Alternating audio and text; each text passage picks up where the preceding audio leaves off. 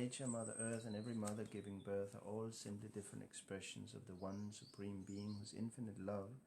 kindness, caring, and compassion is sustaining us all. This supreme absolute truth known as the Almighty has been misconstrued and sadly deeply misunderstood as some patriarchal deity controlling all creation through a heavy-handed hierarchy of power-hungry priests, popes,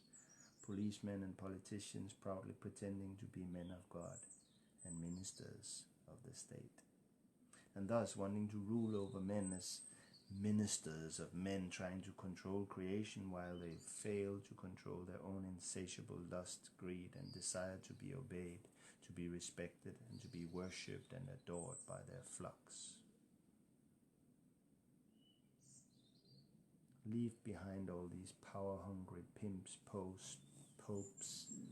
priests, policemen, and politicians. What a pathetic and disturbing display of a blatant lack of self-discipline and discernment in those sad souls whose internal sense of inferiority and spiritual poverty has to seek its compensation through their constant craving for fame, profit, and distinction, pomp, and prestige. Only when the urge to control is directed inwards, and as a result, only when our own minds and senses are finally brought under control, will we experience true internal and indeed international peace, prosperity, and progress, both individually and collectively. The terror, trauma, and tragedy of the horror of human history now has to be replaced by the deep faith, inner peace, love, and unity of this quintessential oneness of the fifth dimensional goddess of truth, Satya, whose words of wisdom we are humbly offering as her story, for a new chapter of his story, in which we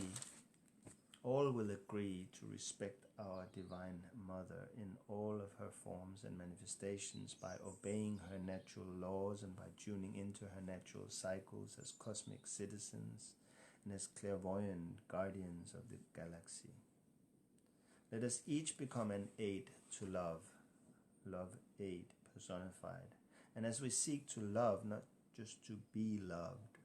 let us each strive to live in truth, to love wholeheartedly, and to care for each other, for all innocent creatures, for the animals, and especially for all God's children. And in this manner, let us each show good manners of kindness, caring, and compassion.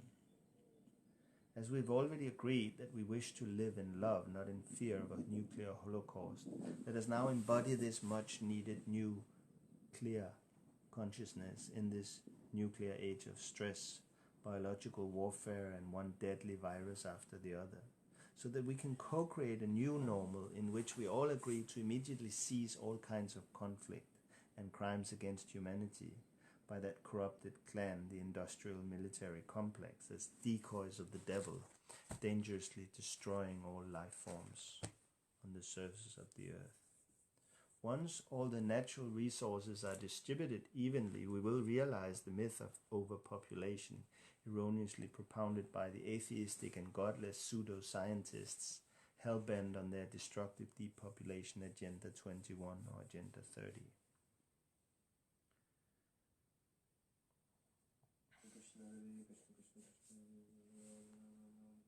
We will